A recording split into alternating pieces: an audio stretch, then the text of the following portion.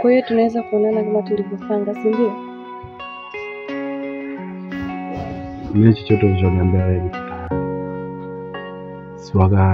sinaga tabia ya kumpinga mtoto wa kike. Sababu wewe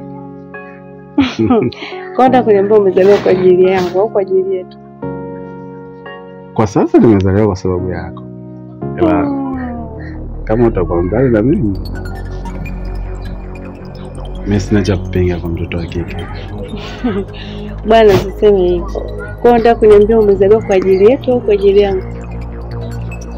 Kwa sasa nimezaliwa kwa ajili yako. Ila sijui baadaye. Okay, sawa. Na zawadi. Zawadi? Zawadi gani? Hotel? Ile hoteli imekuwa malaika tena. Bwana niambie zawadi gani?